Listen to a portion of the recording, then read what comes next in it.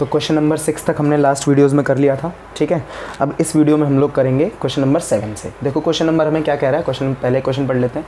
Question बोल रहा है कि एक 8000 किलोग्राम द्रव्यमान का रेल इंजन प्रति 2000 किलोग्राम द्रव्यमान वाले 5 डिब्बों को सीधी पटरी पर खींचता है। यदि इंजन 40,000 न्यूटन का बल आरोपित करता है तथा यदि पटरी 5000 न्यूटन का घर्षण बल लगाती है तो ज्ञात करें नेट त्वरण बल। ठीक है, चलो देखो हमें पहला पार्ट हमें ये बोल रखा है कि आपको ना नेट त्वरण बल लगाना है, तो मैं इसको एफ नेट लिख रहा हूँ। इसके लिए आपको एक छोटा सा कंसेप्ट समझना पड़ेगा। वो कंसेप्ट है कि जब भी एक वस्तु पर दो बल सेम दिशा में लगते हैं, यानी कि समान दिशा में लगता है, जैसे मान लो एग्जांपल के लिए अगर हम बोलें तो गाड़ी ख़राब हो गई, अगर किसी की कार ख़राब हो गई तो दो लोग उसे पीछे से धक्का मार रहे हैं, ये उसका एग्जांपल है कि एक ही बल को हम बिल्कुल समान दिशा में लगा रहे हैं। ये बात आपको समझ में आई होगी, ठीक है। तो जब भी दो या दो से ज़्यादा बल किसी भी वस्तु पर, एक ही वस्तु पर, ठीक है, एक ही वस्तु पर समान दिशा में लगते हैं तो नेट त्वरण बल निकालने के लिए हम दोनों को क्या कर देते हैं, ऐड कर देते हैं, ठीक है।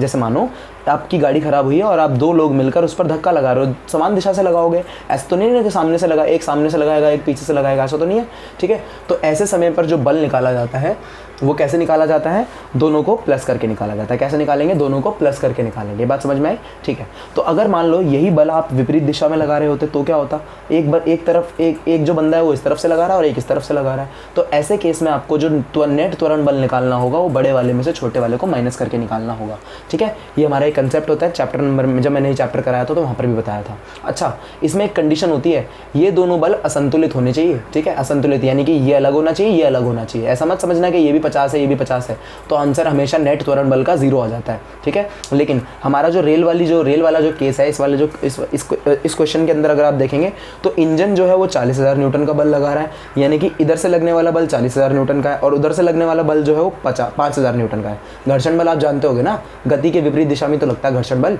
ठीक है। तो इंजन का जो बल है वो 40,000 न्यूटन है और जो पटरी का बल है वो कितना है, 5,000 न्यूटन है। तो हमें त्वरण बल निकालना है। त्वरण बल निकालने के लिए मैंने आपको बता दिया असंतुलित होने चाहिए और साथ में हमें उसे क्या करना पड़ेगा, माइनस करना पड़ेगा। तो हम क्या कर देंगे भाई, 40,000 में से 5,000 को माइनस कर देंगे। क्यों करा माइनस, ये बात आपको समझ में आ गई होगी, ठीक है। क्योंकि विपरीत दिशा में जब भी दो बल लगते हैं और वो असंतुलित होते हैं तो नेट त्वरण बल निकालने के लिए हमें उनको माइनस करना होता है, ठीक है। तो कितना आ गया नेट त्वरण बल, हमारा आ गया 35,000 न्यूटन। और ये 35,000 न्यूटन जो नेट त्वरण बल आया है ये पूरी रेलगाड़ी का आया है, ठीक है। किसका आया, पूरी रेलगाड़ी का, ठीक है। अब हमारा पहला पार्ट सॉल्व हो गया। हमें बी पार्ट करना है। बी पार्ट में हम बोला कि आप ना ए निकाल के बता दो, क्या निकालना है, हमें ए निकालना है। तो भाई देखो ए का हमारे पास फॉर्मूला होता है v माइनस यू अपॉन में टी, लेकिन हमारे पास ये चीज़ तो है ही नहीं ना, v नहीं है हमारे पास और हमारे पास u नहीं है, हमारे पास t नहीं है। तो अब क्या करा जाए, ऐसे केस में क्या किया जाए, ऐसे केस में तो हम कुछ कर नहीं सकते, ठीक है। तो अब देखो अगर हम गति का समीकरण भी लगाने का सोचेंगे तो उसमें भी हमें इन्हीं तीनों की ज़रूरत पड़ती है, वो भी नहीं लगा सकते। लेकिन हमें क्या क्या दिया हुआ है, हमें यहाँ पर देखो f भी दिया हुआ है और द्रव्यमान भी हमें क्वेश्चन में दिया हुआ है 8,000 किलोग्राम, ठीक है। हमें द्रव्यमान भी दिया हुआ है और हमें f भी दिया हुआ है। तो हम इस फॉर्मूला को यूज़ नहीं कर सकते, f बराबर में ma, और यहाँ से अगर हम ऐसे लिखें a बराबर में f बटे में m, ऐसे भी तो लिखा जा सकता है इसको, ठीक है। हमें तो त्वरण निकालना है ना, तो त्वरण निकालने के लिए हम ये लिख सकते हैं f बटे में m, ठीक है। लेकिन m की परेशानी ये रहेगी कि आप m ये वाला लोगे या m ये वाला लोगे। तो इसका एक्सप्लेनेशन मैं आपको बताता हूँ, देखो ध्यान से सुनना। एग्जाम्पल से करते हैं। जैसे मान लो एक तराजू है, तराजू के ऊपर आपने ना एक 10 किलो का डब्बा रख दिया। क्या रख दिया, एक 10 किलो का डब्बा रख दिया। ये कितने किलो का डब्बा है, 10 किलो का डब्बा है। ये बात समझ में आई। अब इसके ऊपर तराजू जो आपको रीडिंग देगा, यानी कि उसका जो वेट बताएगा वो कितना बताएगा, 10 किलो ही बताएगा ना। मान लो अगर आप इसके ऊपर एक 5 किलो का डब्बा और रख देते हैं ऐसे करके, तो उसका टोटल वेट कितना हो जाता है, ये कितना है, 5 किलो है, तो टोटल वेट तराजू कितना दिखाएगा, 15 किलो नहीं दिखाएगा, ठीक है। एक 10 किलो का डब्बा आपने तराजू पे रखा तो 10 किलो दिखा रहा था भाई, 10 किलो वाले के ऊपर ही आपने 5 किलो का रख दिया तो टोटल कितना दिखाने लगा, 15 दिखाने लगा। इसी प्रकार जो हमारा रेलगाड़ी होती है उसमें सभी डब्बे आपस में जुड़े होते हैं, ठीक है। तो जितना मतलब हम क्या करेंगे, अब देखो ये इसका द्रव्यमान हमें इसके द्रव्यमान में जोड़ना पड़ेगा और इसका भी द्रव्यमान, मतलब एक तरीके से ये समझ लो कि जितने भी द्रव्यमान होंगे रेलगाड़ी के लिए, क्योंकि वो सारी चीज़ें आपस में जुड़ी हुई हैं, इसलिए उन सबके द्रव्यमान को भी तो हमें जोड़ना पड़ेगा। बात समझ में आई है।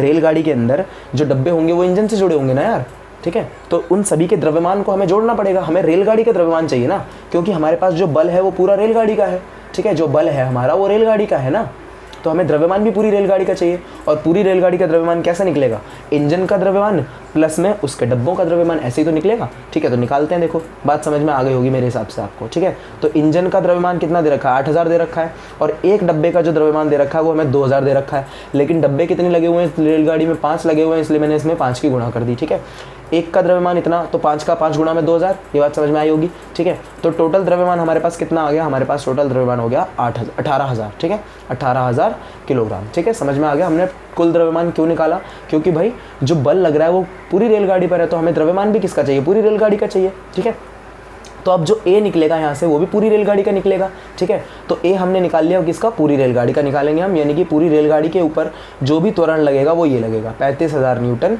बटे में 18,000 किलोग्राम। ठीक है, और ये क्यों लिख रहा हूँ मैं, ये इस फॉर्मूला से लिख रहा हूँ, इस वाले से, एफ बटे में एम वाले से। एफ ऊपर लिख दिया, एम नीचे लिख दिया। समझ में आ रहा होगा आपको, ये क्वेश्चन बहुत इजी तरीके से है। ठीक है, कुछ भी नहीं है इसमें ज़्यादा। ठीक है, चलो देखो जो ए आएगा यहाँ से, अगर हमारा आप ए की वैल्यू निकालोगे तो ए की वैल्यू निकालने के लिए आपको करना पड़ेगा 1 अच्छा यहाँ से अगर हम इसको डिवाइड कर देंगे तो 3 से 3 जीरो तो ऐसे कैंसिल हो जाएंगे।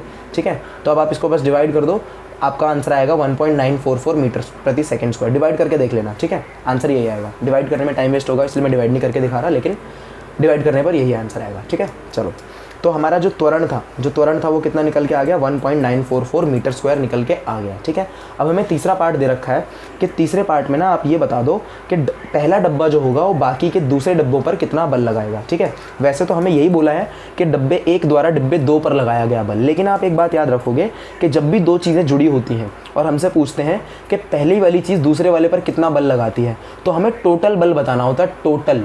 यानी कि अब देखो जैसे यहाँ 3 डब्बे होते हैं, तो ये जो डब्बा होगा, ये वाला जो डब्बा, ये वाला डब्बा इन तीनों के ऊपर बल लगाएगा, अकेले इस पर नहीं लगाएगा। ये बात याद रखना, ये पूरे टोटल तीनों पर बल लगाएगा। ठीक है, तो हमें वही बल निकालना है। इनडायरेक्टली हमें यही बोला है कि आप कुल बल लगा दो बाकी के 4 डब्बों का, कुल बल बताओ बाकी के 4 डब्बों का। तो हम क्या करेंगे, 4 डब्बों का बल निकाल लेंगे। 4 डब्बों का जो बल हो जाएगा वो हो जाएगा 4 डब्बों का द्रव्यमान गुणा में 4 डब्बों का त्वरण। ठीक है, तो अब ये जो त्वरण दिया हुआ है ये पूरी रेलगाड़ी का है, यानी कि इंजन पे भी यही त्वरण लगेगा। ठीक है, हर एक डब्बे पर भी यही त्वरण लगेगा। ठीक है, ये बात समझ में आई। ठीक है, तो देखो अब हम क्या कर लेंगे, यहाँ से ये हो जाएगा 4 डब्बों का द्रव्यमान, यानी कि 4 गुणा में कितना, 2000 और गुणा में 1.944 मीटर प्रति सेकंड स्क्वायर। ठीक है, ये बात समझ में आई ना। अगर किसी को क्वेश्चन नहीं समझ में आया तो दोबारा समझ लेते हैं। देखो हमसे नेट त्वरण बल निकालने के लिए बोला था, हमने क्या कर दिया, विपरीत दिशा के बलों को हम माइनस कर देते हैं, इसलिए बड़े वाले में से छोटे वाले को माइनस कर दिया, ये पूरी रेलगाड़ी का बल आ गया। फिर हमसे द्रव्यमान निकालने के लिए बोला गया, यानी कि त्वरण निकालने के लिए बोला गया।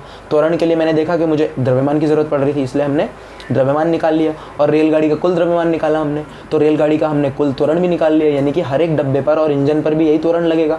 ठीक है, इसलिए अब हम क्या कर रहे हैं, हमसे इनडायरेक्टली बोला हुआ है कि आप 4 डब्बों का द्रव्यमान वो बल निकाल दो कि बाकी के 4 डब्बों पर कितना बल लगेगा। क्यों, क्योंकि जो पहला डब्बा जितना बल इस पर लगाएगा वो पूरा बल इस पर तो लगेगा यार, पीछे वाला पूरा उस पर लगेगा ना, पूरा कॉम्बिनेशन है ये तो एक बहुत बड़ा। तो पहला डब्बा इस पूरे पर बल लगाएगा, जैसे देखो इंजन जो होता है वो बाकी की पूरी रेलगाड़ी पर बल लगाता है ना, उसी प्रकार जो पहला डब्बा होगा वो बाकी के पीछे सब पे लगाएगा ना बल। ठीक है, तो अब देखो कैसे निकालना है, हमने कर दो, ये कितना हो जाएगा 8000 गुणा में 1.944।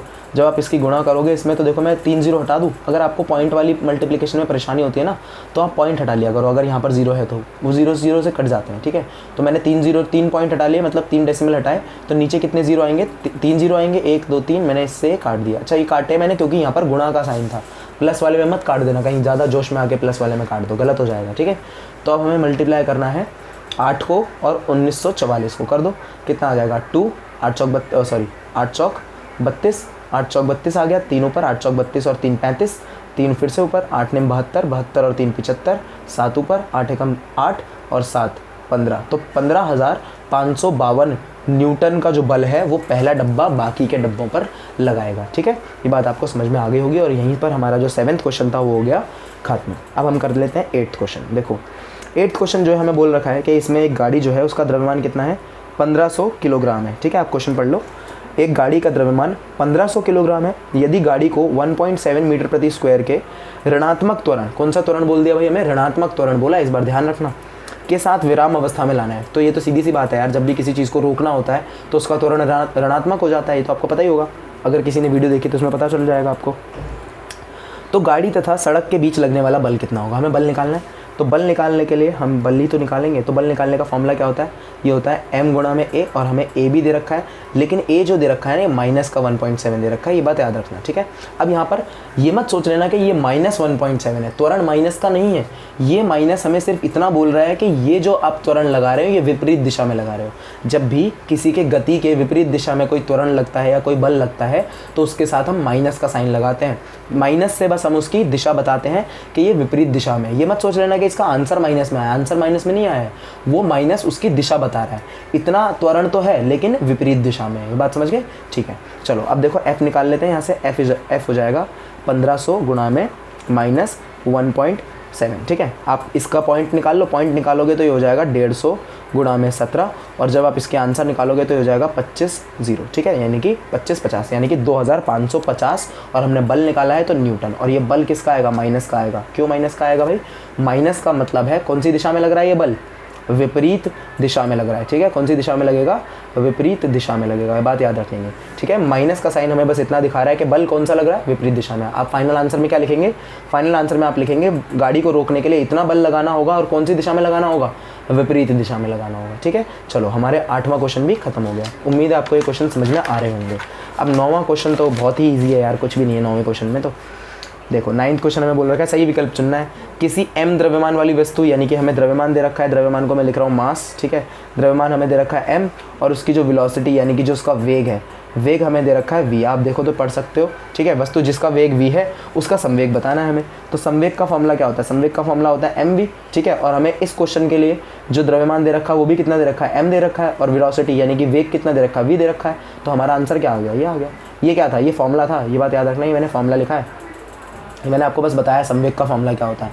लेकिन इस क्वेश्चन के अनुसार हमने m लिखना था तो हमने m लिख दिया, हमें द्रव्यमान m दिया था और वेग हमें v दिया था, इसलिए हमने v लिख दिया। अगर मान लो यहाँ पर 1/2 m देता तो आपको यहाँ पर 1/2 m पुट करना होता, अगर यहाँ पर 1/2 v देता तो आपको यहाँ पर 1/2 v लिखना होता, ठीक है, समझ गए।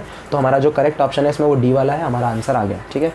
चलो अब 10th क्वेश्चन करते हैं। 10th क्वेश्चन भी थोड़ा 8th जैसा ही है। अब एक बात आप याद रखेंगे, अगर हम किसी भी चीज़ को बल लगाकर चला रहे हैं, मैं क्या बोल रहा हूँ, अगर हम किसी भी चीज़ को बल लगाकर चला रहे हैं और वो वस्तु नियत वेग से चल रही है, कौन से वेग से चल रही है, नियत वेग। नियत वेग का मतलब होता है कांस्टेंट, यानी कि स्थिर, मतलब उसका जो वेग होगा वो कभी बदलेगा ही नहीं। अगर वो इस पॉइंट पर 15 मीटर प्रति सेकंड स्क्वायर के वेग से चल रही है तो इस पॉइंट पर भी 15 मीटर प्रति सेकंड स्क्वायर के वेग से ही चलेगी, ये बात याद रखेंगे, इसे हम नियत वेग कहते हैं, ठीक है। तो नियत वेग से चल रही होती है ना, तो उस समय पर जो इधर से जितना बल आप लगाओगे और इधर से जितना बल आप लगाओगे दोनों बराबर होंगे, ठीक है। क्या बोला मैंने, जब भी कोई वस्तु नियत वेग से चलेगी तो उसके ऊपर दोनों दिशा से लगने वाले बल समान होते हैं, यानी कि संतुलित बल होते हैं। कौन से बल होते हैं, संतुलित बल होते हैं, ठीक है। बात समझ में आई, असंतुलित नहीं होते हैं, संतुलित बल होते हैं, यानी कि दोनों दिशाओं से कौन सा बल लगेगा, बराबर, यानी कि समान बल लगेगा। तो हमें यही बोल रखा है ना, देखो क्वेश्चन में पढ़ लेते हैं, दोबारा से क्वेश्चन पढ़ते हैं। क्वेश्चन हमें दे रखा है कि हम एक लकड़ी के बक्से को 200 न्यूटन का बल लगाकर उसे नियत वेग से फर्श पर धकेलते हैं। तो नियत वेग बोल दिया भाई, नियत वेग बोल दिया ना, तो इसका बल जो होगा वो कभी बदलेगा ही नहीं। बक्से पर लगने वाला घर्षण बल क्या होगा, अभी मैंने आपको वही समझाया कि अगर आपने जितना बल, जैसे मान लो 10 न्यूटन का बल आपने यहाँ से लगाया और ये नियत वेग से चल रहा है तो 10 न्यूटन का बल यहाँ से भी लगेगा इसको रोकने के लिए, यानी कि जब ये रुकेगा तो यहाँ से भी इसके ऊपर हमें इतना ही बल लगाना होगा। या ऐसे समझ लो कि अगर इसका वेग नहीं परिवर्तित हो रहा है, ज़्यादातर तो क्या होता है क्वेश्चन में हमें ये रखा होता है कि वेग परिवर्तित होता है, ठीक है, तो उस समय पर ये बल कैसे हो जाते हैं, असंतुलित हो जाते हैं, ठीक है। आप कंसेप्ट से समझ सकते हो कि जब भी ये दोनों बल असंतुलित होंगे तो उसका वेग परिवर्तित होगा।